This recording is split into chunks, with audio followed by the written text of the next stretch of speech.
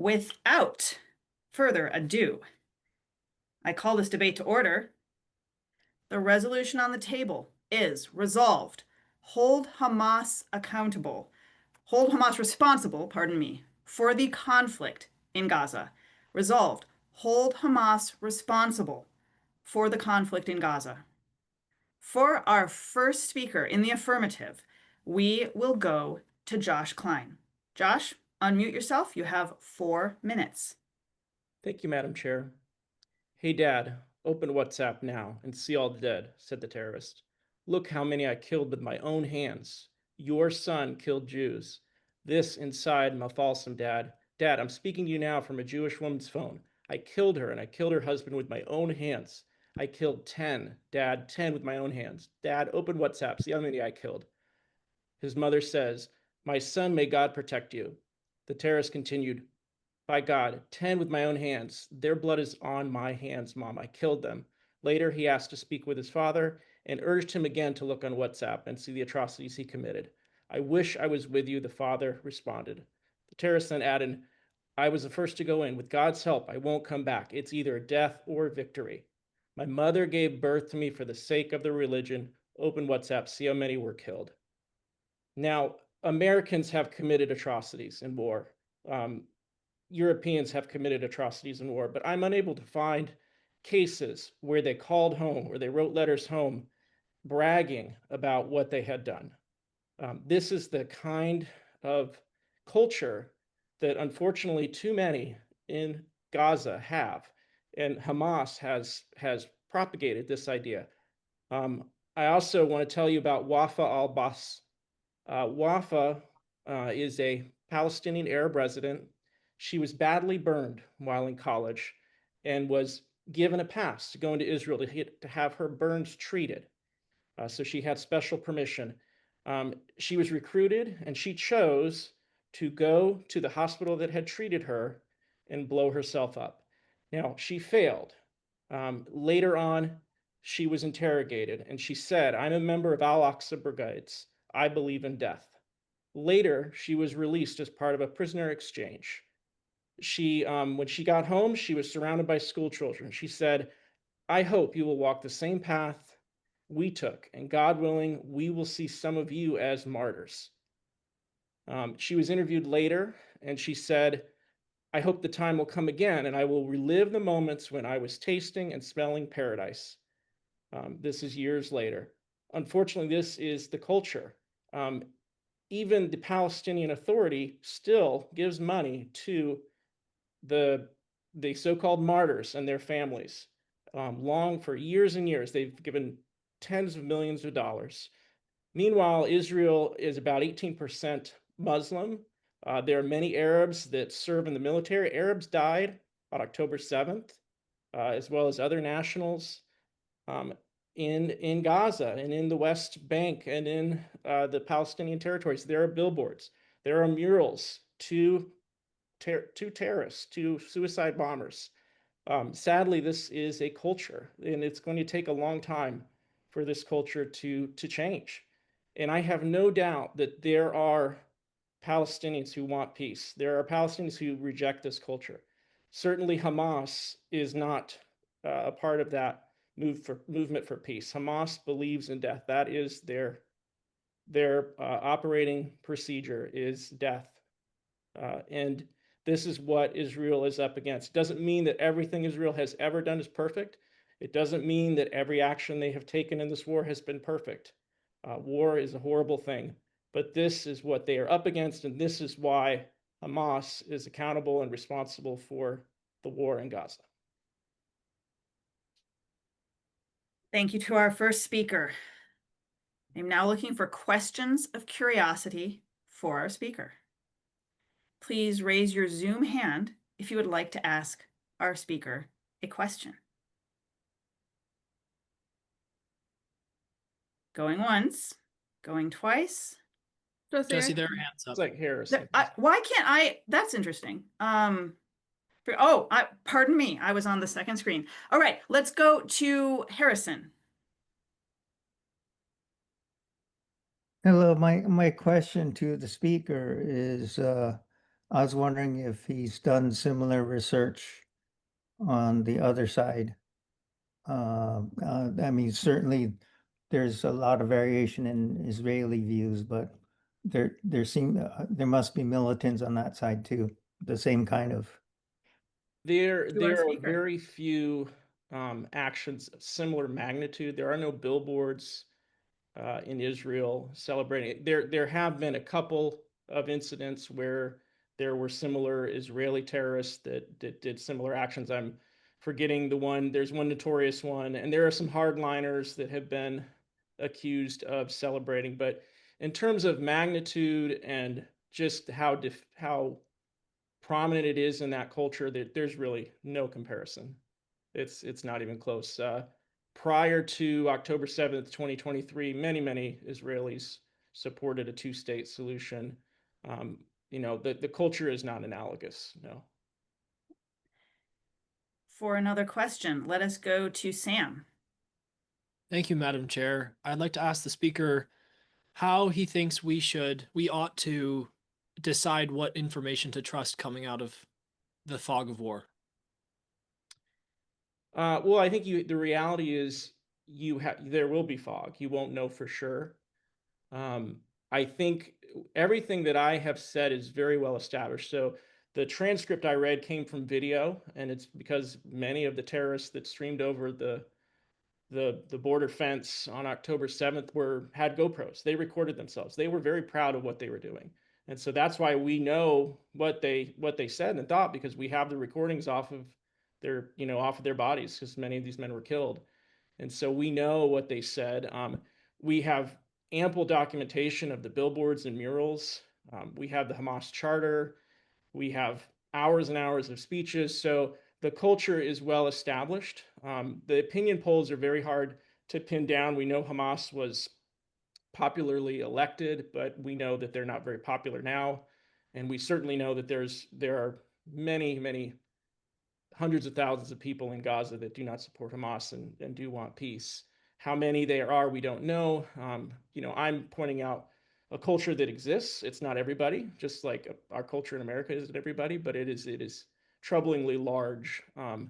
In terms of, I think, there's a lot of debate, and I didn't bring up the number of combatants versus innocents because that's an incredibly difficult thing to pin down, and that's why I did state it in my speech. So I think, to Sam's point, it is very difficult to know what's happening in a war, but I think everything that I chose to talk about is well documented and established.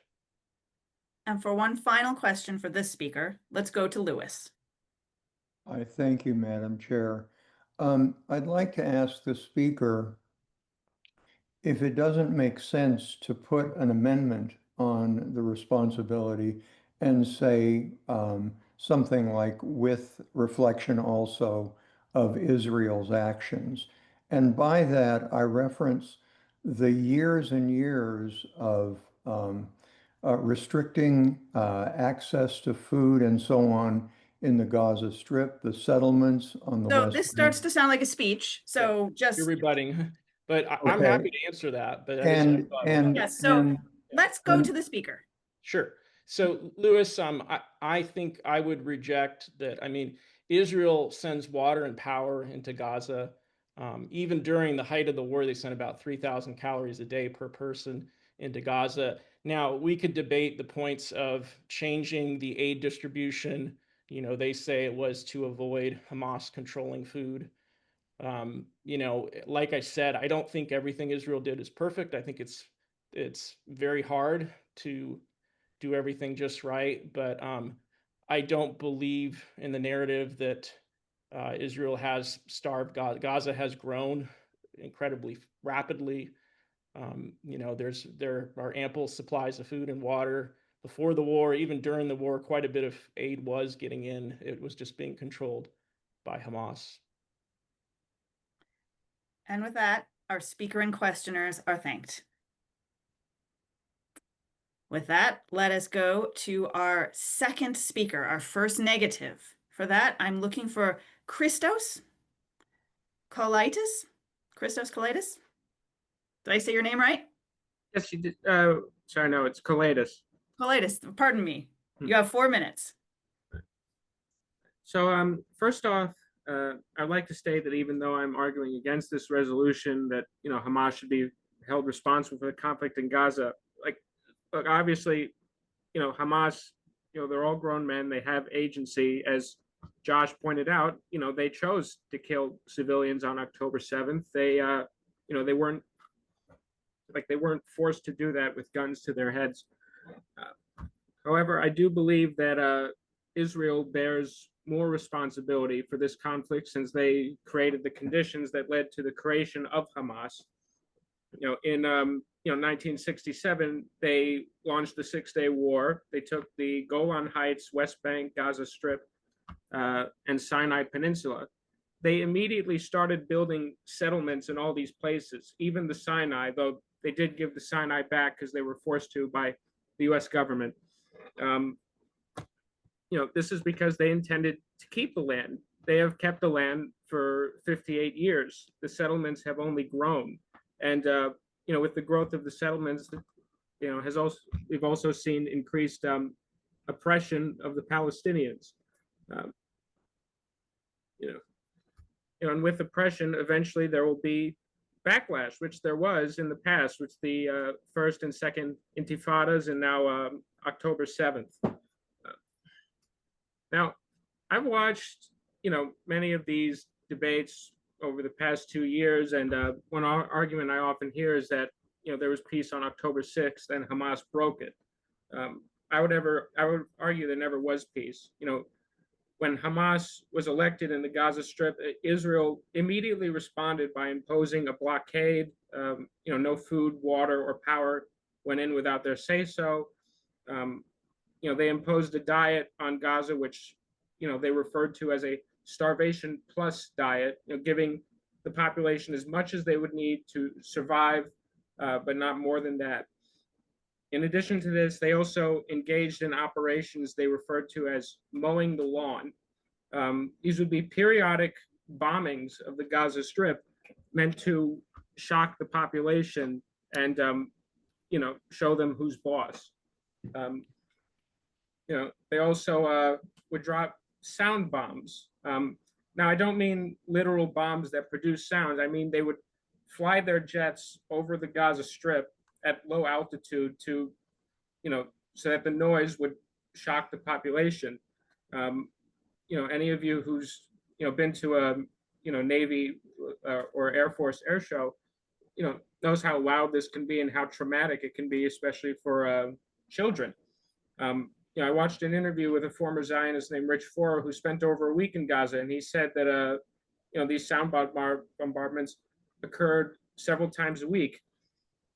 All of this led to the creation of Hamas, because when this is what your occupier does to you, resistance is the only option. Now, once Hamas took control in Gaza, the Israeli government, especially under Netanyahu, propped them up by providing them funding through Qatar. 30 seconds. And that's it. Okay. Thank you to our speaker. And now I see we have some questions. Let's go to Joe. Yes, Madam Speaker, Madam Chair, my question for the speaker is in reference to his discussing how Israel was forced to return the Sinai by the United States. I was wondering if the speaker could talk about the differences between the 1979 peace accord and more recent peace accord attempts with Israel. Thank you. Thank you to our speaker. Well, does she mean when she says more recent peace accords, is she referring to the Abraham Accords?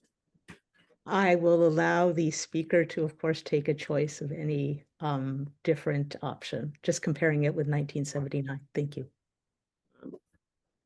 Well, I'm not familiar with 1979 or more recent peace accords. I've just been focused on the conflict in Gaza and the history that led to it.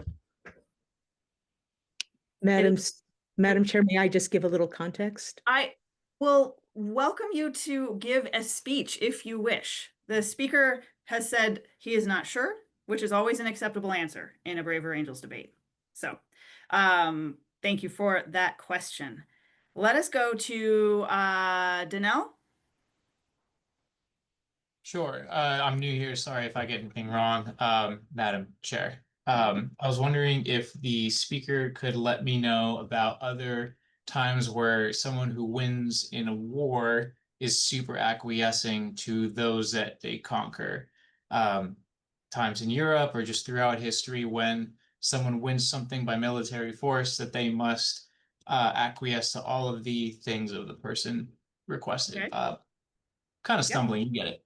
Yep, we get it. To our speaker. Well, of course there wasn't, but the Israel-Palestine conflict is different. The entire world for a very long time has been pushing for a two-state solution, and the actions of Israel has been opposing that.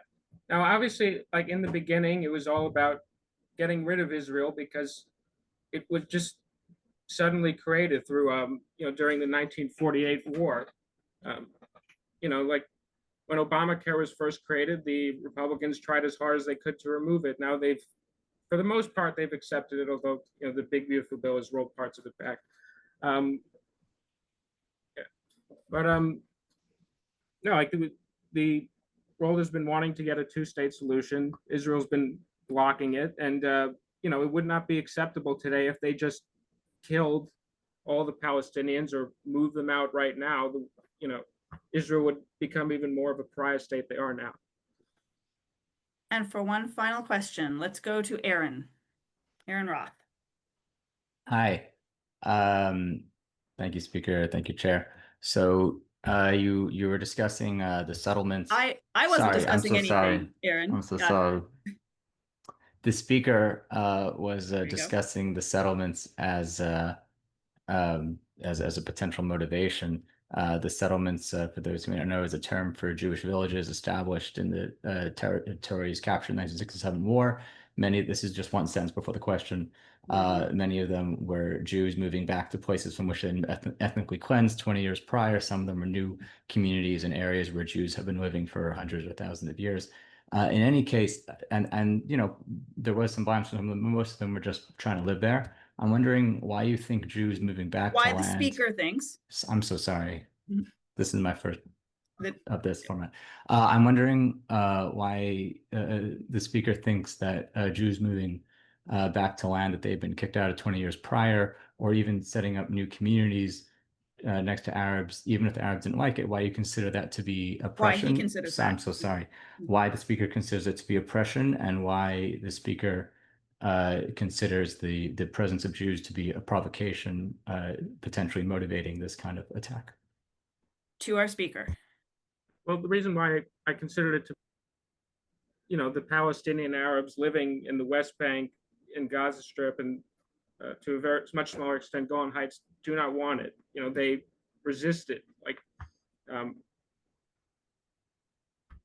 in the 1970s, Turkey invaded Cyprus and took the northern half of the island. They started moving Turkish people there. It's like, no, like I as a Greek person would never accept that. And so I don't think Palestinians should accept the often very violent displacement, at the hands of the Israelis. Like right now in the West Bank, we're seeing, hooded thugs roving through the West Bank, wrecking Palestinian villages, burning Palestinian crops, slaughtering or stealing their cattle. It's like, this is nothing but a provocation.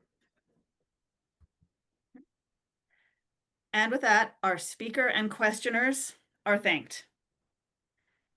We will now go to our second speech in the affirmative. And for that, I am looking for Jason Goodfriend. Jason, please unmute. You have 4 minutes. Thank you, Madam Chair. There's no doubt that Hamas started this horrific war on 7 October 2023 by storming the Israeli border, burning people alive, using torture and rape, killing 1,200 people, and kidnapping 251 people. Then Hamas fired thousands of rockets indiscriminately into Israel. There is no justification on earth for such a heinous example of man's inhumanity to man. While most people admit this, the argument that Hamas was desperate due to repression of the Palestinian people is largely false, which is not to say that Palestinians are not suffering. This argument demonstrates a complete misunderstanding of cause and effect.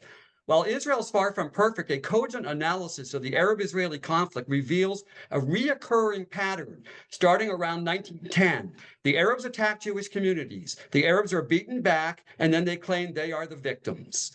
Israel has offered a Palestinian state many times. The deal offered Arafat in 2000 would have created a Palestinian state in all of Gaza and most of the West Bank.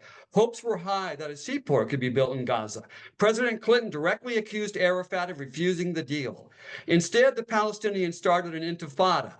An even more generous offer was made in 2008, offering major parts of Jerusalem to a Palestinian state. Again, a refusal. To this day, the PA refuses to recognize any Jewish connection to the land.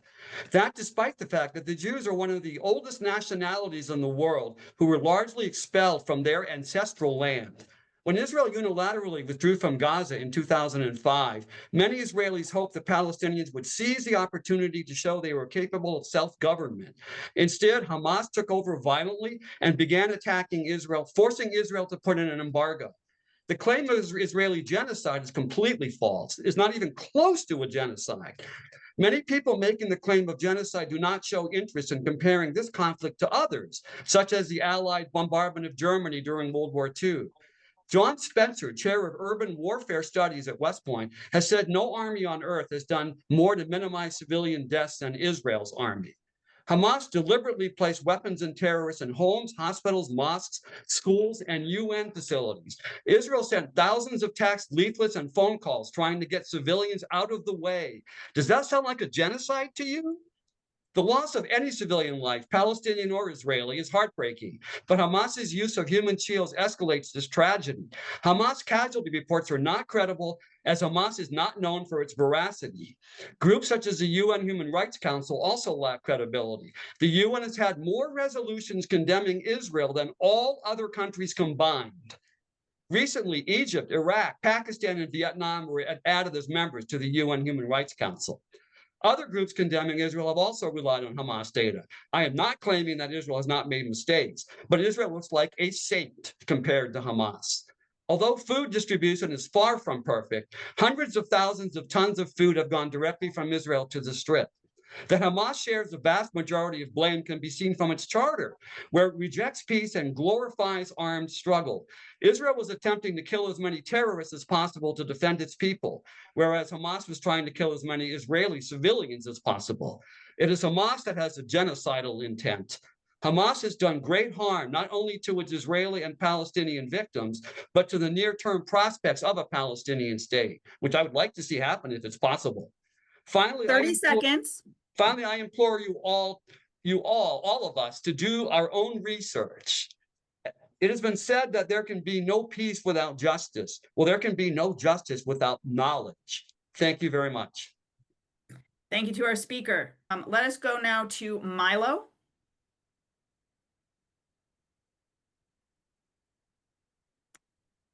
Go ahead and unmute. There you go. Yeah. I, as a speaker, was discussing the peace attempts in the 2000s, and that the Palestinians had rejected those offers. My recollection is that kind of the sticking point was the right of return, and that the Palestinians insisted that be part of the deal, and Israel was not up for it. And the speaker can correct me if I'm wrong, but I think I got the sense that the speaker felt that the Palestinians were not, or Arafat was not serious about the peace process because he rejected these proposals. I'm the question? Curious if I'm curious if the speaker sees the right of return as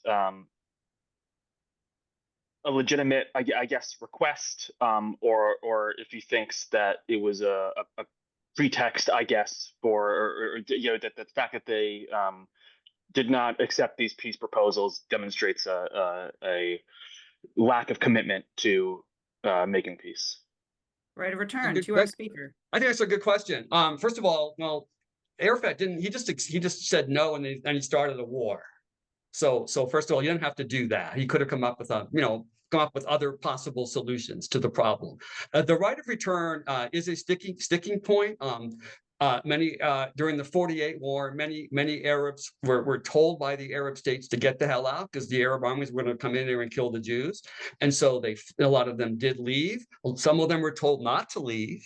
So it is, and indeed, we don't even know how many really there are now because they've inflated how many there are. It would flood Israel with the Arabs know that they would flood Israel with a whole bunch of people that really don't want to be Israeli citizens and participate in that. Now, Israel has, like one pointed out, Israel has 18% Arabs. But no, I do think that is I think, by the way, many Jews were forced out of Arab lands, and I don't think that's going to solve the problem to flood Israel with lots of people, some of whom we don't even know if they really were in fact refugees or not.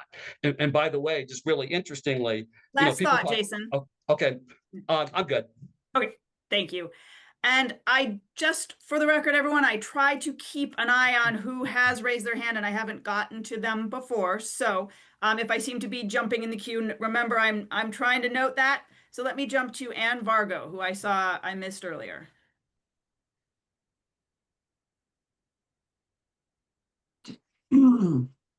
Okay.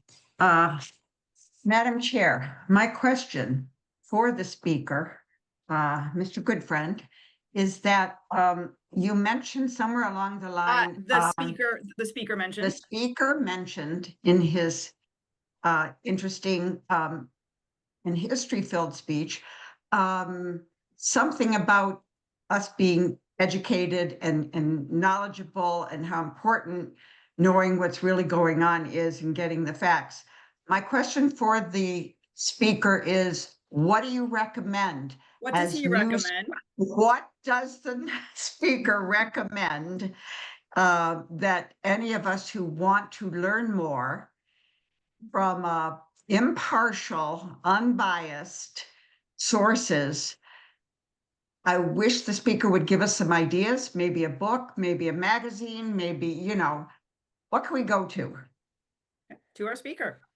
Boy, I wish I was more prepared to answer that in depth. And I look at a lot of different sources. Let's avoid losing names. I should try to avoid using names too, but back to our speaker. The questioner, I look at a lot of different sources. I try to be as impartial as possible. For Israeli sources, I've looked at the Jerusalem Post. I've looked at MSNBC. I look at a lot of different things, and I do the best I can to follow up as much as possible, because I believe that truth ought to be the true narrative. Everyone has biases. So I don't know how to, I would have to really spend some more time. I have read a whole bunch of books, and I can't tell you what they are now and their titles and all that. I don't have time to do that. I would just say at least make an effort, because a lot of people, I feel like if you're going to express opinion, that's great. You're protected by to do that. You have every right to. But morally, at least I think people should always just make an effort to learn about what they're talking about. I try to do that. I'm not saying I'm sure I don't do that all the time. But that was the main. If you want to, I wish I could give you more, but I don't have time. Give the speaker more. Give the questioner more. I agree. I also would like to have information. So I take that you as being one of those. I do want to say, okay, our speaker and questioners are thanked. And if I am calling you out, if I am reminding you about these rules, if this is your first Brave Angels debate, don't take it personally. Don't feel bad. It is really unnatural, but this is what we do in a Brave Angels debate. So thank you everyone who has spoken and asked questions. It is great to have you here. If you're new, a lot of new people getting used to this. So, okay. On that note, we will now go to our next speaker in the negative. For that, I am looking for Elaine Wells. Elaine, please unmute. You have 4 minutes. Now, can you hear me? We can hear you. This is my first debate, so please bear with me because I am not as well prepared as I wish I were, but I have been a member of a Palestinian Rights Task Force since 2004. I've heard a number of speakers, both from Palestine and from Israel itself, who have elucidated the conditions, the living conditions that Palestinians must endure. And so I want to start out by saying Israel was created as a Zionist state.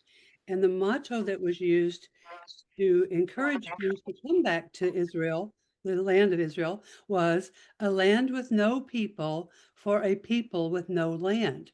In other words, the idea was that there were no people living in that area, and so that the land was free for the taking. So since 1948, the state of Israel has oppressed Palestinians, have not lived up to the agreements that they made, and they have stolen the land, they've destroyed the homes, the olive and lemon orchards from which Palestinians make their living. And if you look at the UN Genocide Convention from 1948, there are 5 criteria that define genocide. I'm going to read them quickly. I wrote an article about this quite a long while ago, and I don't have a copy of it in front of me, but this is the basic idea. If the prevailing nation kills members of the subordinate group, if they cause serious bodily injury, if they provide conditions that destroy the group, if they prevent births, or I would say kill the young children, or remove the children from the group, those are all definitions of genocide. And so I think that if anybody reads the news or any source of information, especially if you see the videos that come out of the most recent war, you have to know that this is a case of genocide. Now, I am certainly not advocating violence on anybody's part, and I think that it was a heinous crime for Hamas to invade Israel and kill 1,200 people and kidnap over 200. I'm not justifying that. I am trying to provide some context that shows why Hamas might take drastic action. I think it was a stupid action because obviously it rained death and destruction on the Palestinian people. So I hope and pray that nothing like this will ever happen again. However, I must also point out that Israel's response was totally disproportionate. They've killed over 60,000 people. They've destroyed virtually all of Gaza. And when somebody said earlier that they rained leaflets and they made phone calls and tried in every way to get innocent people out of harm's way, there was no place to go, and there was no way to get there. Many people had no resources for leaving or moving. So I think that's a fairly lame argument. So for years and years, I've studied this issue. I've watched how Palestinians have been oppressed, have been pushed out of their land, have had their homes 30 seconds. have had their homes destroyed, their children taken by force from their homes during the night and taken to prisons without the information being given to the parents. Anybody in that situation would want to take desperate action. And I hope that they don't allow Hamas to stay, because I think Hamas represents only a few of the innocent Palestinians who've been killed. Thank you to our speaker. Let us now go to questions of curiosity, beginning with Julia. Julia Gokal. Thank you, Madam Chair. The speaker said that Israel was created in 1948 as a Zionist state, and I'm curious how the speaker would define Zionism. Okay. To our speaker. I would say that it is the desire to have a homeland for Jewish people, which is completely reasonable, but to say that all of that land should belong to Jews and not consider Palestinians is part of the Zionist propaganda that started back in the 1920s. So it's not just to provide land that was, you know, they made it look as if there were no people in the areas of Palestine. But that obviously was not true, because the Nakba forced Palestinian people out of their homes and out of the Palestinian lands. I think that was in 1948, right after Israel was created. Did that answer your question? I'm not sure it was very articulate. Let's go to another question from Gordon. Thank you, Madam Chair. Question for the speaker is in early, and I appreciate the speaker's work on behalf of the Palestinians and to decrease suffering. My question is, in early 1945, the war in Europe was essentially militarily won.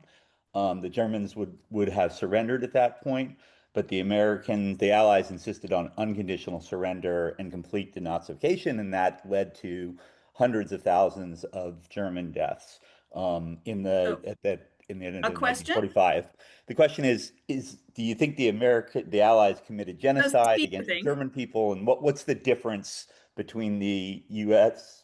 insisting that in 1945 and the Israelis insisting on the complete surrender of Hamas? To our I'm not speaker. sure what the question is, but let me attempt to answer. In war, people agree to kill each other, and it's insane. I can't understand why we're still doing it. But when one side wins, and especially in this particular case, the UN established rules that would require Israel to treat the Palestinians in a humane way. In other words, be sure that they had adequate food and water and medical care, and that they were allowed to live normal lives. Israel has not lived up to those rules. And so, is that answering your question? Does that answer the questioner's question? I know it sounds Not awkward. completely, but it's a reasonable perspective. Thanks. Okay. Thank you. And now for one more, let us go to a new voice. We're going to go to Felix. Yes. Thank you, Madam Chair. My question for the speaker is, what responsibilities does the speaker believe that even prior to October 7th, the constant rocket attacks and suicide bombings, if you go further back during the Intifadas, what responsibility did that have a part to play in terms of the restrictions that Israel felt it was forced to enact for its own safety? To our speaker. I think it's a matter of proportion. Obviously, suicide bombers and individuals who believe in martyrdom as the way to heaven or the promised land, those are relatively small incidents. I don't in any way advocate that, but as I've said before, Israel's response to these things has been totally disproportionate, and Israel has established laws, 52 as I recall, specifically to rein in and suppress Palestinians. So it's not a democratic state, as we so often hear from our government. It is a state that has oppressed and caused huge disproportional distress to Palestinians for decades, for 70 some odd years. I'm not sure, I may have wandered off. Did I answer your question? So, Madam Chair, I believe that is the speaker's answer. So I think. Thank you. All right. And with that, our speaker and questioners are thanked. We are now looking for our next speech in the affirmative. And for that, I would like to go to John. There is a John who knows that I mean that John. So if that is not you. Okay. Thank you, Madam Chair. Ladies and gentlemen, I'll be laying out a case for you from the point of a soldier and person who has been to the Middle East and understands firsthand about atrocities that transpire there. I will frame my speech around past and history, reports from neutral sources, events of October 7th, witness and defector testimony. Past and history. Judea was a land belonging to the Jewish people who were then taken over by Rome in 64 AD. In 326 AD, the Byzantine Empire took it over. Then the Crusades, to the Maliks, to the Ottomans, to the Britons, leading into World War II. The point of this history lesson is to point out Israel originally belonged to the Jews. Just like we say we stole the indigenous people's land here in the States, the Jews had their own land taken from them. After World War II, United Nations decided to split the chunk of land between Israel and Palestine in 1947. Israel accepted this as a natural impasse, but Arabs did not. They attacked Israel time and time again, wanting to destroy Israel from the map and take the land to be theirs 100%. Israel defended itself as a result in agreement with Egypt and Jordan that Gaza would go to Egypt and West Bank to Jordan in 1967. Conflict erupted again from these lands toward Israel, so to keep it safe, it took these territories back for safekeeping. Fast forward to 2005, Israel withdrew 8,000 Jewish residents from Gaza, hoping that Gaza to have its own governance and thus peace. Instead, Hamas took it over and uses a launch pad for rockets and staging attacks. On the other side, while all this is happening, Muslims have been free to access and pray at Al-Aqsa Mosque, located in the heart of Jerusalem. Muslims can also visit the Western Wall, a very holy place for the Jewish people. To this day, 1.7 million Muslims live in Israel. During Ramadan, 4 million Muslims go to the Temple Mount complex in 1 month alone. You can look all this up, independent sources on the web. Now I ask you, how many Jews can walk freely through Gaza without aggression? Now, for those that believe in the propaganda of Hamas, the UN High Commissioner for Human Rights in 2014, Navi Pillay, accused Hamas of violating humanitarian law while trying to give aid to them and using schools and hospitals to store fire rockets, basically using children and patients as human shields so retaliatory strikes cannot be used against them.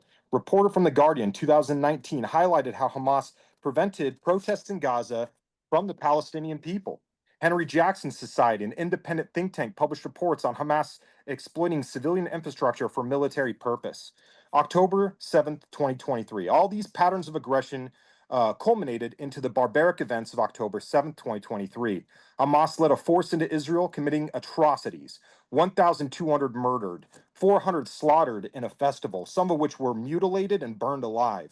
Hamas perpetrated widespread sexual and gender-based violence, like rape and gang rape. 40 infants mutilated and killed in their cribs, counting toward the 1,200. 251 hostages kidnapped, 38 of which were toddlers or younger. Only 160 have returned alive. Let's listen to one of their own, Masab Hassan Youssef, a former Hamas member who defected after seeing the atrocities and reported it to the UN. He attested the atrocities and barbaric treatment of hostages, causing them physical abuse in forms of beatings, neglecting food. Some were executed, others raped. We have people like Louis Har, a hostage who was released and shared chilling nightmares he had endured and witnessed. So yes, Israel has attacked Hamas, and in the crossfire, civilian casualties have mounted. But one is accidental or not wanted, and the other is direct and on purpose. Hamas targets civilians and soldiers indiscriminately, and Israel doesn't. As a soldier that has fought in the Middle East, I can attest that these dilemmas that Israel face has no correct answer. Either 30 attack seconds. attack and have collateral damage, or not attack and keep getting civilians killed. Israel has no record of equivalent atrocities, no mass kidnappings of children, no public execution, no rapes.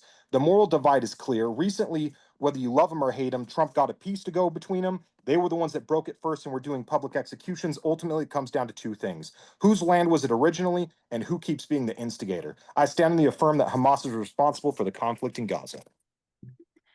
With that, our speaker is thanked, and we will now go to questions. Steve, go ahead and unmute and ask your question to me. I'm sorry, my hand was raised for the previous speaker. I'll pass. Okay, thank you. Let's go to Rachel Peck.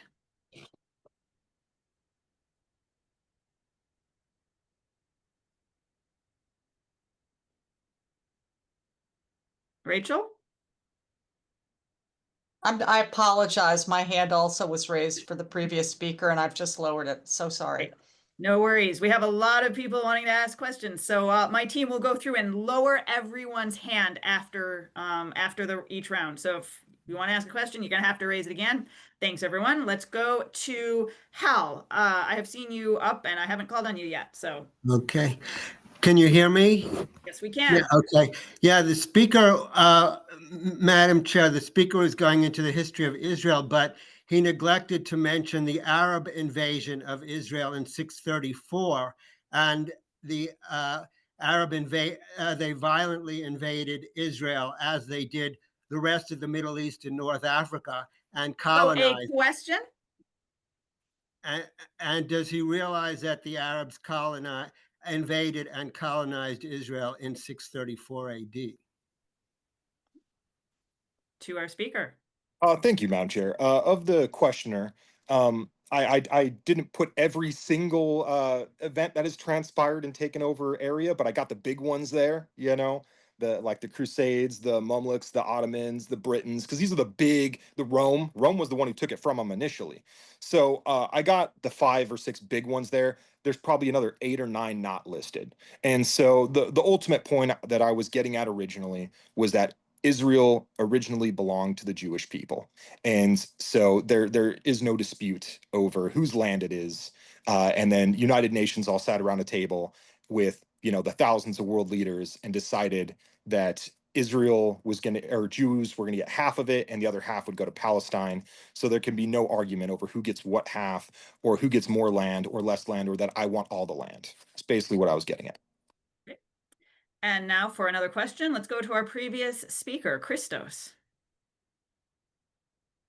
Thanks. Madam Chair, I would like to ask the speaker, you know, if Israel doesn't target civilians, how does he explain the letter that was written by you know, 100 American doctors talking about how they frequently treated children who had in the chest in a Nasser hospital in Gaza?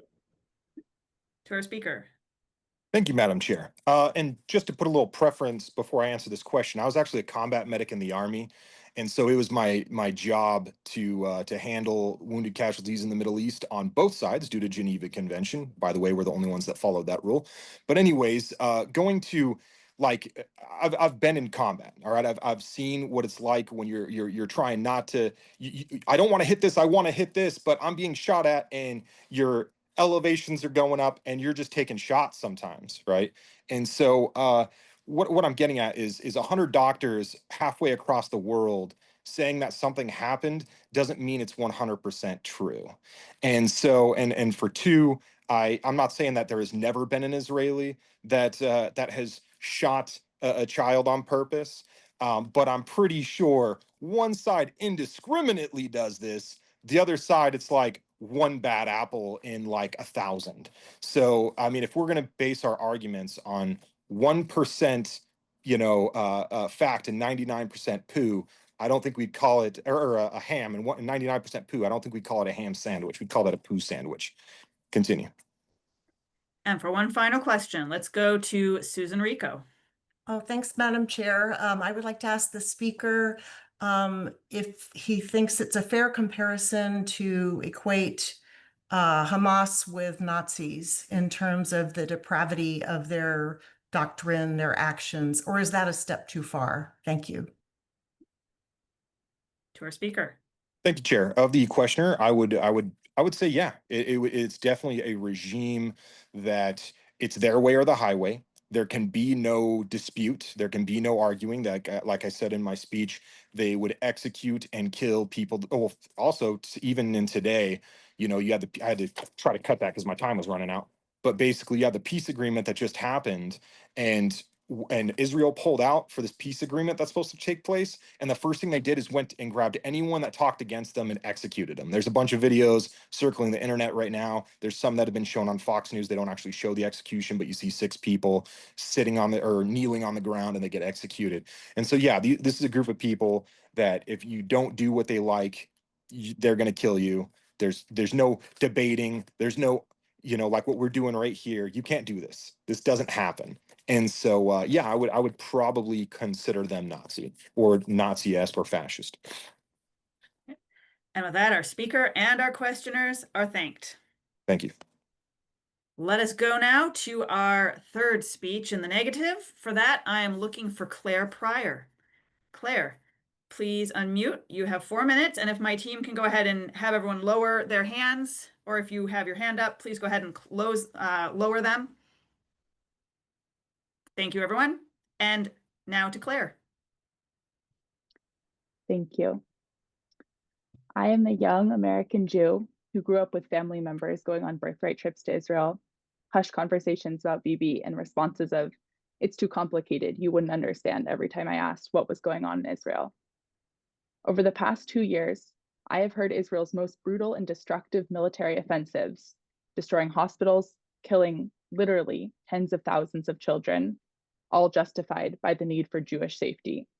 That there is no other way to keep Jewish people in Israel, and indeed all around the world, safe from acts of violence like what happened on October 7th. I would sum up this argument, which has been made by several previous affirmative speakers, as the idea that safety requires supremacy. And this idea didn't start on October 7th. According to the Israeli government, over the past 20 years, Jewish safety has required the construction of a militarized fence through the West Bank that cuts communities in half, the building of checkpoints that make it impossible for Palestinians to access their land and homes. In short, the construction of an apartheid system in which Palestinians living in the occupied West Bank do not have the same rights and privileges as the Israeli settlers who live right next to them.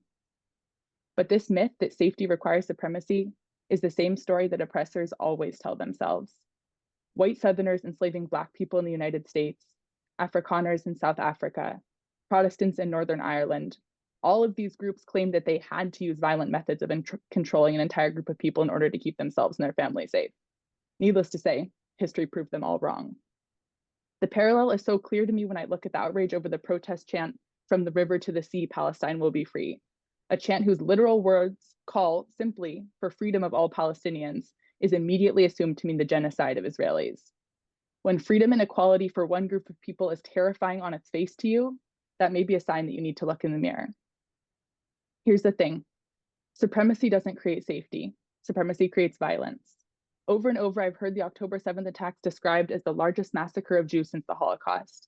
But I think there's a much more useful historical parallel for us to look at. Nat Turner's rebellion, an uprising of enslaved people in Virginia in 1831, brutally murdered around 60 white people, not all of them slaveholders, many of them women and children. And after it was defeated, it was used as a justification for harsh repression of enslaved people around the country. But did the violence committed by Nat Turner make slavery justified? No, surely. The same pattern is visible over and over again. Murders of Europeans during the Haitian Revolution, the Fort Mims massacre of over 250 white colonists by Creek Indians, all bloody and sometimes cruel attacks by people in desperate situations resisting violence and dispossession. It's easy to see looking back that those acts of violence did not somehow justify slavery or colonization or oppression of any kind. I want to read this Ta-Nehisi Coates quote, "I can't accept that the violence committed by the people who have less power somehow relieves you of the burden of forming a just society." Which means no matter what Hamas does or what Palestinians do, no matter how violent, to resist the dispossession and starvation and control and violence they have been facing since 1948, that doesn't change Israel's obligations to build a system that treats all people equally. Supremacy doesn't create safety, it creates violence. What will 2 full years of violence and devastation do to the people of Gaza except create a new generation of Gazans traumatized and vengeful and faced with no good options besides violent resistance? This war certainly didn't make me and other American Jews safer, and I don't think it made Israelis safer either. The way to true safety for all of us is ending the land grabs, dispossession, blockades, violence, and all of the prerequisites of oppression which started this cycle of dehumanization. The way is building a society in which all people have equal right to live in Palestine and equal responsibility to live there together. Our safety is bound up together. Thank you. Thank you to our speaker. And for questions, let us now go to Jason Berkovich. Thank you, Madam Chair. I'm wondering if the speaker believes that the Israeli government treatment of Palestinians is justification for Palestinian terrorists deliberately targeting civilians during the first Intifada, the second Intifada, and on October 7th. Does Israeli government treatment of Palestinians justify deliberately targeting civilians? To our speaker. What I would say in response is that when cycles of violence and dehumanization are created, those cycles inevitably come back onto the oppressor. So without speaking about justification, I think that the ways that people were kicked off their land and dispossessed of their land, removed from their homes, families were murdered starting in 1948 and starting before then, actually. has created a cycle. There's a quote I love by Ruth Wilson Gilmore that says, "Where life is precious, life is precious." So when life is dehumanized in any way, that life will be dehumanized in all ways. And I think that's what happened in October 2023, and I think that's what's happening now. Let's go to Russell Burton. Have you been able to unmute? Yes. There we go. Sorry about that. I was having trouble with my touch screen. But the question I would have for the speaker is, she's saying that strength through supremacy is not the right approach with Hamas. I'm just asking, I'm looking at the Hamas charter, which calls for the complete obliteration of Israel. I'll quote, "Israel will exist and will continue to exist until Islam obliterates it." Coming to a question. The question is, how do you deal with an organization, with another power whose mission is to obliterate you if you don't try to neutralize them through superiority? How does that work? To our speaker. I guess I would be interested to ask a question response, which is if the questioner and all people on this call who support the war over the last 2 years think that attacks like what happened in October 23 are really less likely to happen now than they were 2 years ago. I would contend that the cycles of violence and devastation that have happened have created and do create a climate where violence and attacks on Israeli people are more likely to happen. And in fact, there's polling showing that support for violence against Israelis by Palestinians ebbs and flows. It's cyclical, depending on the level of violence and oppression from the Israeli state at the time. So, which means Palestinians are more likely to support violence against Israelis when the Israeli state is being its most violent. So I think that if what you truly care about is preventing attacks like what happened in October 2023, the last 2 years have been... What I care about is not the question, but go on. Broadly speaking, if what one cares about is preventing violence, then a war that leaves people with no other options, grief, and a desire for revenge is exactly the wrong option. The question was, if you're dealing with... May I just rephrase my question? We're gonna leave it with that one. All right. Unfortunately, we don't have space for follow-ups. So I'm gonna go now to a question from Rachel. Rachel, I know your hand was raised earlier. Yes, thank you, Madam Chair. Given that we have seen instances in history where oppression was ended without the use of violence, for example, the civil rights movement in this country, led by Martin Luther King and others, which was nonviolent, and Mahatma Gandhi's successful efforts to end British colonization of India. Given that there are successful attempts at peaceful resolutions of oppression, I'm curious why the speaker believes that the only answer for Palestinian oppression is violence against Israelis. Thank you. To our speaker. I think in answering this question, it's important to look at the history of the ways all other forms of Palestinian resistance have been marginalized and criminalized and repressed. So the BDS movement since the early 2000s has been criminalized here in the United States and in Israel, Palestine, which is a peaceful economic form of trying to create sanctions against the Israeli regime. The Great March of Return in 2018, Palestinians marching peacefully up to Palestinians in Gaza marching peacefully to the wall separating Gaza and Israel, being brutally and violently repressed, people being killed for a peaceful march. So I think the question presumes that no other avenues of resistance have been tried, and that's simply not the case. And with that, our speaker and questioners are thanked.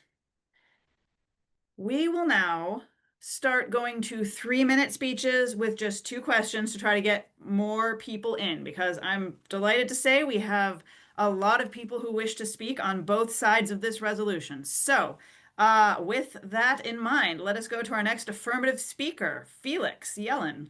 Felix, you have 3 minutes. Thank you. And I'll try to be short. I didn't really prepare anything, but the first thing, there have been discussions about the fog of war and what to trust. I think that's a great question, but I think there's a fundamental question that people miss in this, is that specifically when you're talking about whether there's a genocide or who intends to commit a genocide, you have to ask what side is being hurt and harmed from the PR perspective of deaths in Gaza, and which side benefits from the deaths in Gaza. Which side is being forced and does want to do everything it can to minimize those deaths because of not just because of the humanity, but also the pressure that comes to bear. And which side wants to use human shields?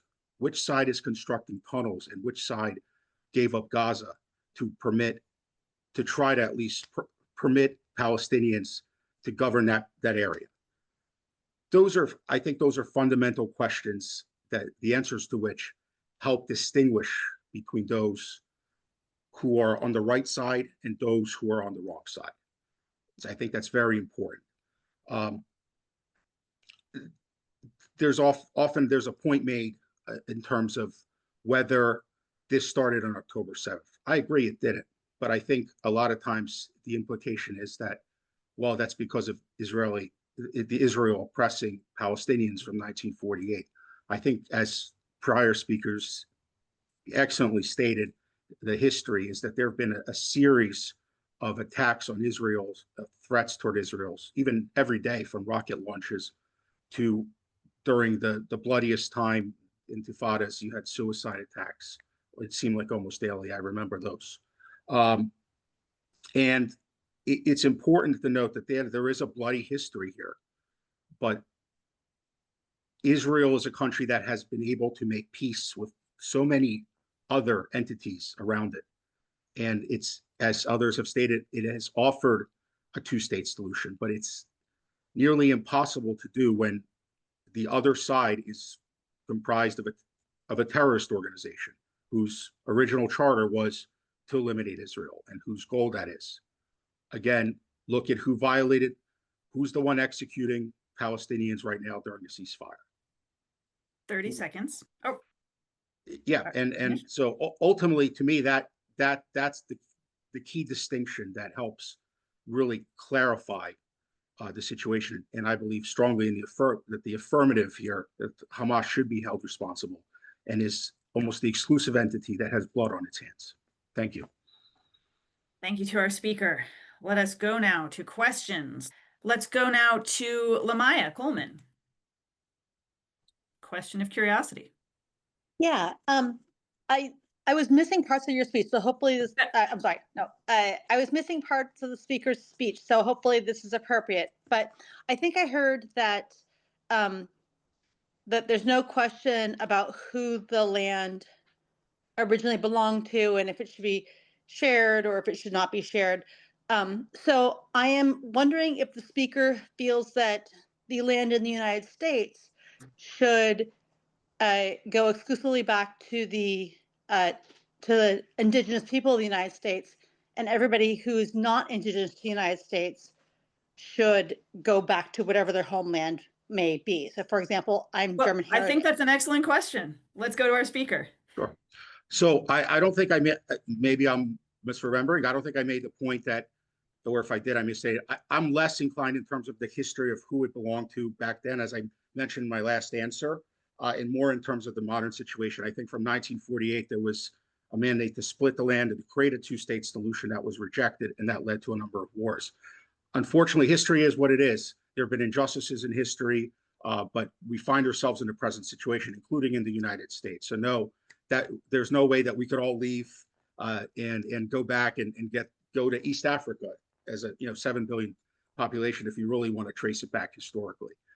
So that would be my short answer. I think you have to deal with the situation of where you're at, but I do think more modern history is appropriate to look at in terms of the explaining and evaluating the current situation. And with that, our speaker and questioners are thanked. We now go to our speech in the negative. I am looking for Andrea Barron. Yes, Anne, hi, right here. Yeah, I 3 first minutes. want to say that I'm in the negative because although I believe the immediate cause of the Gaza war was a Hamas terrorist attack, the overall problem was a conflict between Israelis and Palestinians, and the biggest culprits are Israeli extremists like Yigal Amir, who assassinated Prime Minister Yitzhak Rabin in 1995, and right now we have Itamar Ben-Gvir, the Minister of National Security, Finance Minister Bezalel Smotrich, and of course, extremists on the Palestinian side. But I want to take my 3 minutes to talk about US policy, which nobody has addressed. And since we are here in the United States, this is what I want to focus on. So I think that first we want to maintain the ceasefire. And as someone who strongly, very strongly leans blue, I certainly have to give credit to Donald Trump, Jared Kushner, and Steve Witkoff for making this ceasefire happen, because without them, it wouldn't have happened. And so we want to maintain the ceasefire. We want humanitarian aid into Gaza. There was an attack by either fringe Hamas people or maybe the Hamas people in Rafah did not know even that there was a ceasefire, and Israel took advantage of that, and Netanyahu wants to restart the war. This would be an excuse for him to restart the war. Trump won't let him.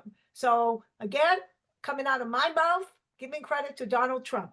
So we want to maintain the ceasefire, humanitarian aid into Gaza, and we want to stop settler violence. And I'm going to tell a story about, I was just in 2 weeks ago, I was in Israel, in Tel Aviv, in Jerusalem, in Ashkelon, in Ashdod, and I also spent 3 days in Hebron in the West Bank.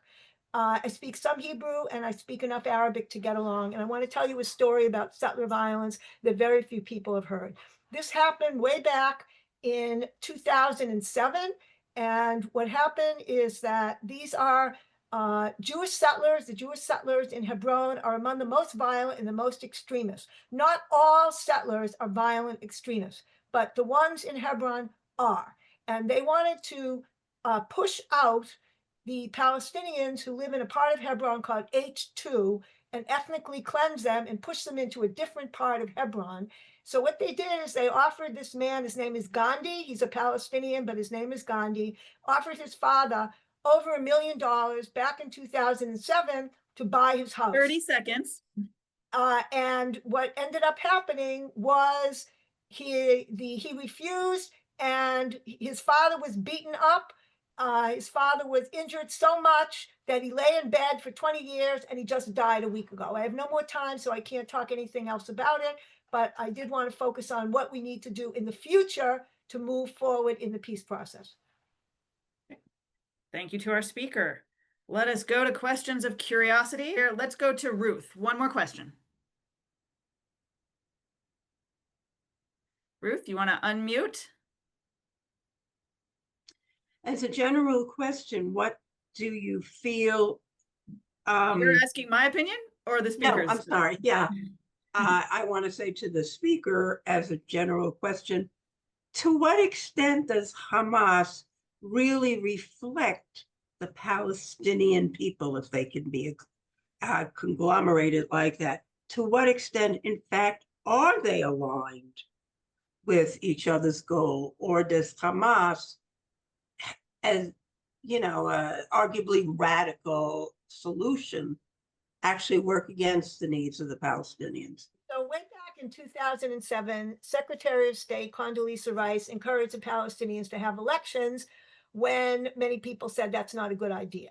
And so Hamas was elected. They won a plurality of votes. They did not win a majority of votes. And the main reason was not because people supported Hamas's despicable ideology, but because the Palestinian Authority, headed by Yasser Arafat, Mahmoud Abbas later on, was very corrupt, which it still is, and is not providing sufficient services to the Palestinians. And they thought this was an anti-corruption vote. Not everybody. There are some Palestinians who are supporters of Hamas, and you can look at public polling that's been done on that. But most of them were voting for Hamas because they thought that it would check the corruption of the Palestinian Authority. So then Hamas violently kicked Fatah, the nationalist political party, out of Gaza and took over Gaza. And there were still supporters for Hamas. And there still are a few in the West Bank. I would say if you look at the polling done by Khalil Shikaki is his name, who does the best polling, that you have a very minority Palestinians who support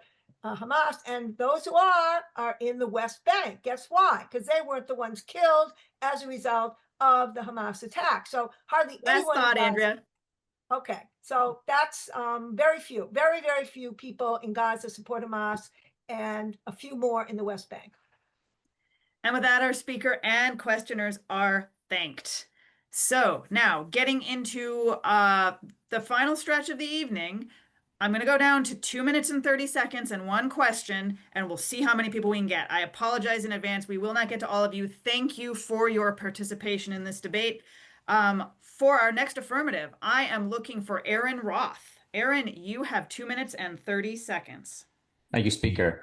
So it's been discussed before how Hamas has had the goal of destroying Israel and ethnic cleansing of Jews since their founding. In 2005, Hamas took over the Gaza Strip. They've started a war every 2 to 3 years since taking it over. And in each war, the strategy is the same. They try to murder as many Jews as possible, and Israel attempts to protect their population by deterring Hamas from attacking while minimizing harm to civilians in Gaza. On October 7, 2003, the Hamas's attack followed 2 years of physical peace. You can say there were some issues, but it was a peace which could have been built upon. It also was a peace which lulled many Israelis into believing Hamas might be settling into its role as a government. The Palestinian Arab standard of living was increasing, as was the economy. Things were looking up. Later, Hamas would boast about how they pretended to care about governing Gaza while laying the groundwork for this war, which had similar strategies before, but to much deadlier and effective effect. All along, they cared only for using Gaza and the Arabs residents within it as a tool to harm Israel and the Jews. On October 7th, 2023, Hamas, whose military now rivaled a small country in size, bigger than Serbia or Yemen, launched a well-planned attack, murdering and raping 1,400 Israelis, taking 250 hostage. They hope to seize territory, and people will cite things like the settlements, as reasons. All these reasons, I actually think settlements promote peace. But the main thing is that Hamas and the Palestinian education system repeatedly emphasize that Israel itself is the issue. They refer to Tel Aviv as occupied. They refer to Haifa as occupied. It's not only about the so-called disputed territories. It's about all of Israel that is an issue for Hamas. Maybe it's not a problem for all Palestinian Arabs, but it's a problem for Hamas. And it's a problem, by the way, for the many Palestinian Arab civilians who joined in the Hamas attacks. It was a wake-up call for Israel, which realized that deterrence alone would not work against Hamas, that Hamas would continue to innovate and do more October 7th if they left unchecked. So Israel had two goals in the war: rescue or secure the release of the hostages, and two, destroy Hamas's operational capacity, because Hamas is going to try to do it again unless they're not stopped. It's Israel's existence that's the issue for Hamas, not any of its policies. Israel's military response itself is part of Hamas' plans. Their strategy was to strike the terrorists while minimizing civilian casualties. Hamas's strategy is to incur the civilian casualties intentionally in order to make propaganda against Israel so that it gets forced to stop before Israel can defeat it. To not hold Hamas responsible incentivizes more war. It's important to hold Hamas responsible. They are factually responsible, and it's the only way for a just, lasting peace. Thank you. Thank you to our speaker. Having spoken in the last debate about that fast, I appreciate what you just did there. So I am going to go to Callie. I've seen your hand up. Please unmute and ask your question to me. Yes, thank you, Madam Chair, and thank you for the thank you to the speaker. Putting on our commonly shared better angels of our nature cap, what would the speaker hope to see happen from either side or both sides as the next step in the vein of a courageous act of respect and selflessness? Disregard if the act would be accepted, or how realistic it might be, or how kumbaya it may seem right now, and only with the speaker's best and highest hope of what he would like to see from one or both sides as the next step. I would like to see, so I often say there's not just a single side, right? So it's difficult, but I'll say I would like to see among the Palestinian Arabs, I would like to see the emergence of a leadership that is interested in governing the Palestinian Arabs and creating life for the Palestinian Arabs, and that is not interested in murdering Jews, because so far all of the Palestinian Arab leadership organizations, not literally every person in them, but all the organizations have had the primary goal of destroying Israel and or murdering Jews. And that's been the main issue. When the Palestinian Arabs get leadership who, there's never been a partner for peace. When the Palestinian Arabs get leadership who are willing to make peace, then it could become very possible. Then it could happen very quickly. And right now there's an opportunity. Hamas is weakened. I mean, they're attacking people in the strip. It's a big problem, but Hamas is weakened. It's an opportunity, and maybe somebody will seize it. It's not exactly a selfless thing. It would be potentially a self-interest thing. Maybe a selfless thing would be if Hamas is willing to let that happen. On the Israeli side. Last thought. Can I take another question? Or yeah. We're gonna just do one question. So we have a lot of people want to talk with. Then I'll do the last thought. And then on the Israeli side, I actually think Israel has been too selfless over the past decades. I think they've been taking continuous risks for peace, which have literally blown up in their face. And I think October 7th was a wake-up call that and it's very difficult for us in the West to understand or believe sometimes, but Hamas has its goal of destroying Israel, and it's going to continue to do that unless it's stopped. And making concessions to it has been shown to not work. Thank you. With that, our speaker and questioner are thanked. For our next negative speaker, I am looking for Jeremy Ornstein. Hey, right here. Thank you. 2.5 minutes on the clock. 2.5. I want to thank the last speaker for bringing up the point about both countries need partners for peace. And I'm thinking about how the minister Smotrich said that the Palestinian Authority was a burden and Hamas was an asset. And I'm thinking about how Netanyahu in 2019 said, if you oppose the Palestinian state, you should send funds to Hamas. There's an extreme right that's been leading Israel for the past 2 decades that wanted a radical, bad at governing, violent entity in Gaza so that it could justify its own lead and so that it could justify its settlement expansion. And I like some of the settlements try to befriend Palestinians, but they slash through any potential Palestinian state. And I think about the clips you see where you see dance classes dancing to the chant of burn the Arab villages. You hear protesters in the streets call for death to Arabs. You hear crowds at soccer matches call for death to Arabs. So the last speaker talked about the hope that Palestinians wouldn't just want to destroy Israel, but you see the actual extreme rapid rise of a vile thread of Israeli society that wants to kill Arabs and dominate and destroy Palestinians. That does not seem like a partner for peace to me in the past, or definitely not in the present. And the last thing I'll say is Britain and Ireland, the conflict in Britain and Northern Ireland gives us an alternative, which instead of destroy your opposition and bomb them out until civilian and soldier alike, it looks like work with a real plan that could get people to peace, where in exchange for putting down weapons, you get a voice in the politics to come. And that's a better alternative and a better model than World War II for the fight we have between Israel and Palestine. I yield my time, and I want a question that will challenge what I said. Let's see. 2 who have spoken already, but I think Anne spoke the less recently. So let's go to Anne. Unmute. You're okay. up, Anne. Yes, thank you. Madam Chair, for the speaker, I am interested because the speaker is the first one to, I think, mention Netanyahu's role in all of this and the extreme right that he is part of. And I would like the speaker to say a little more about Netanyahu's role in all of this. Some of the things that I've heard, it may not be true, is that he wanted Hamas in there. And he Let's also go back to our speaker.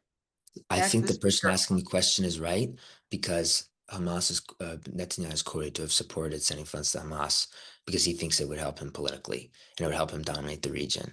And I just really like what the speaker before me said, which is there's no one side to this. And everyone who looks at this issue who believes there's no one single side to this, then why would you assign blame all to one side? If we think that this is a complicated situation where there's a lot of evil and there's a lot of growing evil and bad motives, Why in the heck would you pin it all on one single actor when there's clearly a lot of bad motives spinning around? The last thing I'll say is if you want to challenge your thoughts, talk to ChatGPT and just say, why am I wrong about this? And then you'll hear a lot of interesting things. All right, bye. And with that, our speaker and questioners are thanked. We are getting close to time. So I am going to take 2 more, maybe up to 4 more speakers. Let's see how we can do with no questions, 2 minutes each. I am looking for an affirmative speaker. Let us go to Joe Pateski. Joe. Yeah. Hi.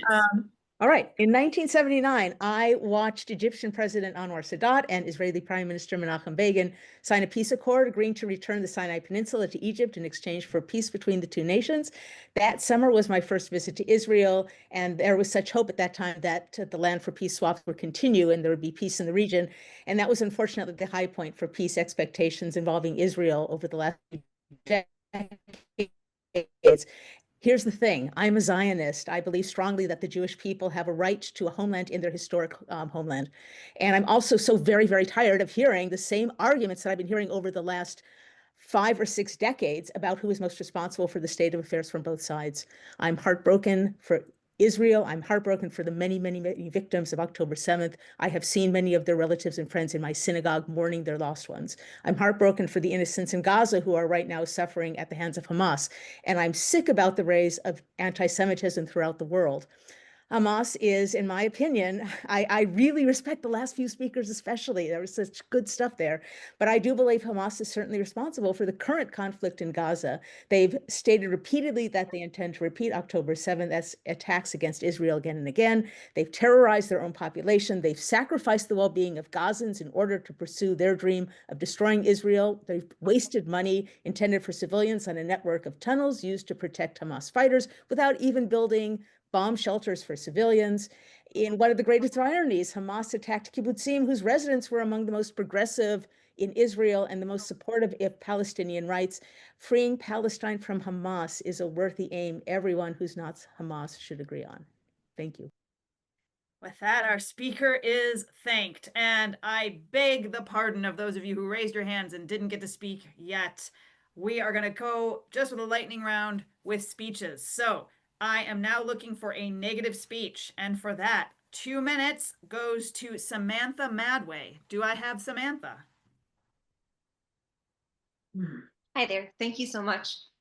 I just would like to start by saying that I am Jewish, and I have, through doing work with Palestinian liberation groups, have never felt more proud to be Jewish. I never had a connection to my religion until I started interacting with people who were looking to, through Jewish Voice for Peace and things like that. I say that only to give context to what I now would argue, which is that I actually think that the vast majority of the responsibility ultimately and unfortunately lies with the West.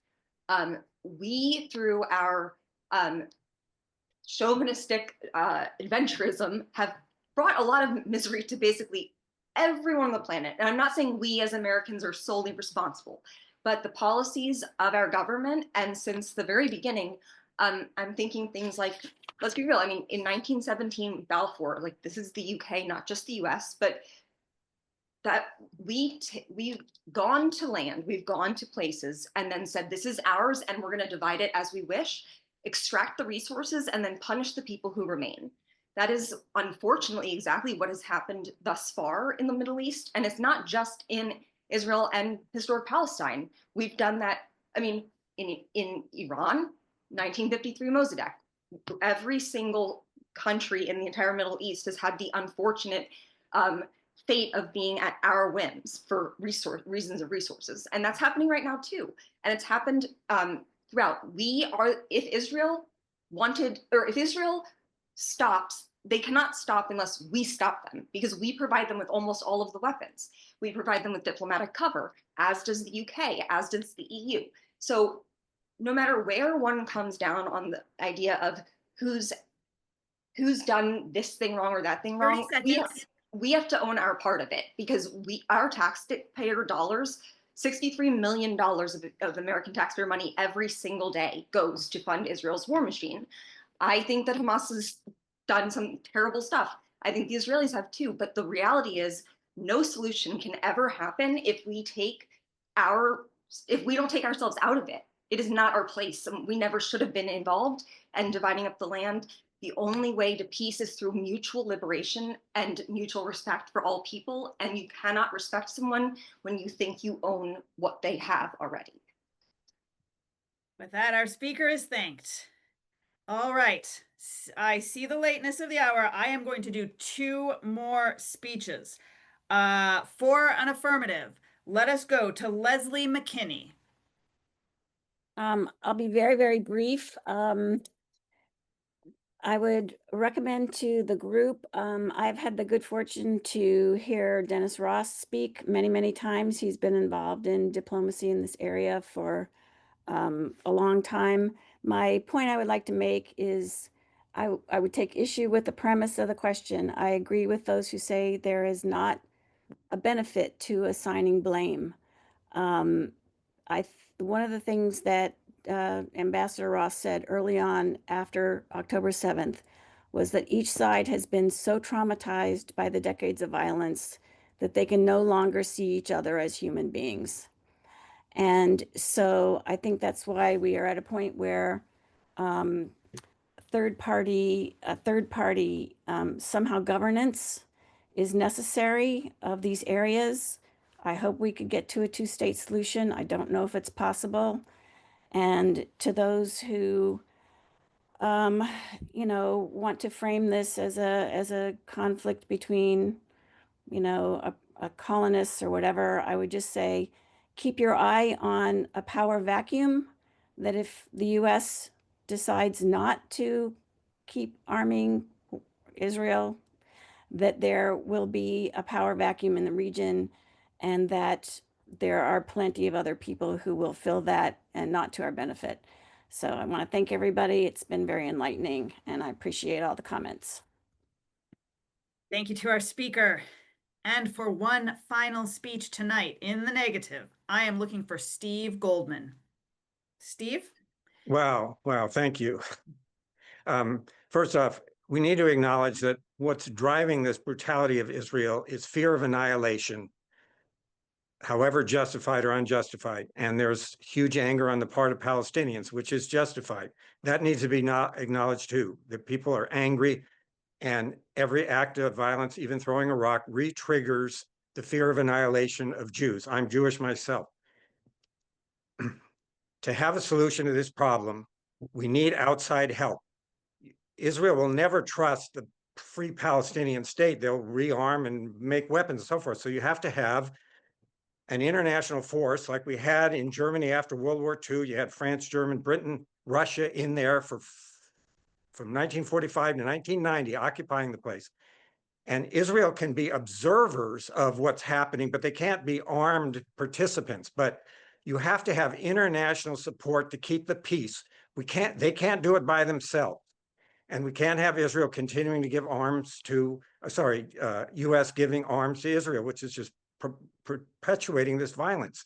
And so we have to start by acknowledging the fear of the Jewish people and the anger of the Palestinians. You got to start with that. And then these other countries have to step up to the plate, including our country. Oh, all right. And with that, our speaker is thanked. And all of our speakers and questioners tonight, well, let me do the right ritual. Seeing the lateness of the hour, I am looking for a motion to adjourn this debate. Do I have such a motion? Motion to adjourn. So moved. Do I have a second? Second. With that, this debate is hereby adjourned. You may now speak freely. I am no longer Madam Chair. Well, I hope you were speaking freely and fully without fear before, but the parliamentary procedure is not in force anymore. But we now go into what is the most important part of this evening in some respects, which is where I want to know from you. What will you take away from this experience tonight? And I'm going to try to get to as many hands as possible. This is not the time to make the speech you didn't get to make. And let's try to keep it short so we can get a lot of voices. But I'm going to start with Sam. Well, thank you, Madam Chair / Jesse. I want to thank everyone for their brave comments tonight. I'll share that in the preparation for this debate, I reached out to many people, many friends who I know to be advocates on both sides of this issue, who, for one reason or another, weren't willing to come and share their perspective, completely understandably. And that gave me a sense for just how brave the perspectives that were shared, or the participants tonight were. We really modeled the tenets that I read out at the beginning, and I'm grateful to all of you for that. I will say that one thing I'm taking away from this is increased resolve. I have friends who advocate staunchly on both sides of this issue, and with whom I've wanted to go. People to whom I've wanted to go to disagree because of their firm beliefs for quite some time, and this debate has provided me with some firm resolve to go and do that now, to believe that it's possible. So thank you all for that. Thank you, Sam. Let's go to Kit. What will you take away from this evening? Hello. I was actually really scared even to just sit down and watch this debate because I knew I was going to be uncomfortable and feelings might run high. So I really want to thank everyone for like the amount of empathy that everybody showed to each other. And one thing that also really stood out to me was that there were at least 3 speakers / questioners that I counted who had never come to a debate before. So welcome. I know it is scary, but you guys did great. Thank you, Kit. Natalie. Thanks, Jesse, and thanks everyone for being here. Echoing what's been said, I really appreciate the willingness of folks in this room, and especially people for whom this is their first debate, coming to, speak and listen about this really difficult issue. This isn't an easy debate, and it's certainly not an easy debate to start with as your first debate. The thing I appreciated most about this debate was the speakers who introduced some pretty nuanced perspectives. Without turning my remarks into a speech, I'll say that I think that we oversimplify this conflict a lot in our culture. And so I was really glad to hear some really nuanced positions from a lot of our speakers this evening. So really appreciated those, and thank you, everyone. Thanks, Natalie. Let's go to Andrea. What will you take away from tonight? Okay, I first want to thank Madam Chair for doing a fabulous job. Really, really, really great. So I joined Braver Angels in 2017. I was very, very active in my local chapter. I went to many debates. And then, in all honesty, after November 2024 and Trump's victory, I quit Braver Angels. I said, I don't want to talk to those people on the other side. I don't want to have anything to do with anyone who voted for that man. And I came to tonight's debate, and I am so excited to still be a part of Braver Angels because of this terrific, terrific event. So I'm back in now, as hard as it is, and I really admire Steve Witkoff, and I can't believe I keep saying that, but. Andrea, thank you so much. That means the world. Kelly, let's go to you. What will you take away from tonight? I loved your question, by the way.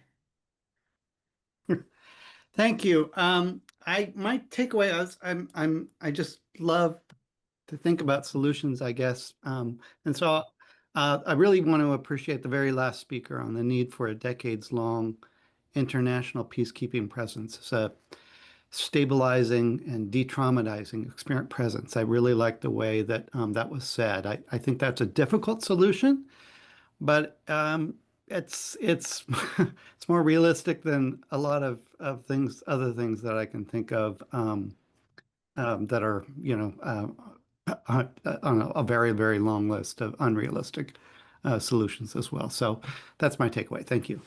Thank you, Kelly. All right, I want to get as many people as I can and get you out of here by 10 Eastern. So just 1 or 2 sentences, quick. Let's go to Scott. Yeah, I've been studying this issue for a long time. I was radicalized. I have neurometabolic problems, and I learned about oppression, and I learned about the duplicity of people, respectable people. And it has everything to do with what we're talking about tonight. I bitterly opposed Israel for roughly 38 years. My mind was changed by research. not by sentiment, not by patriotism or nationalism, but by research.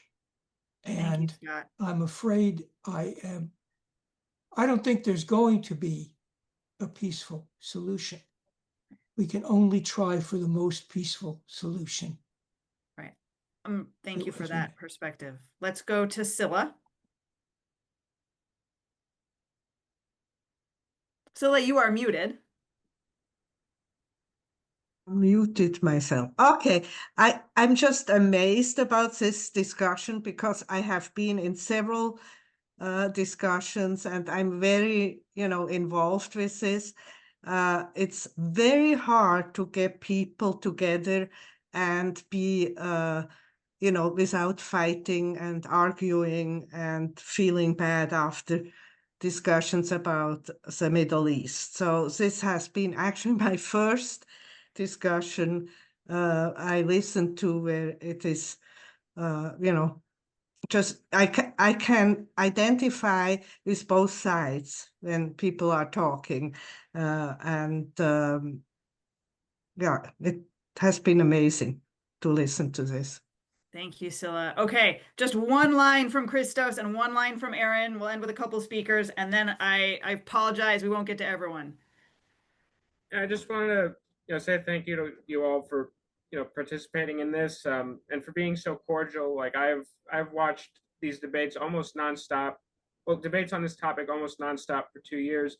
They get ugly, accusations of anti-Semitism and Islamophobia fly everywhere.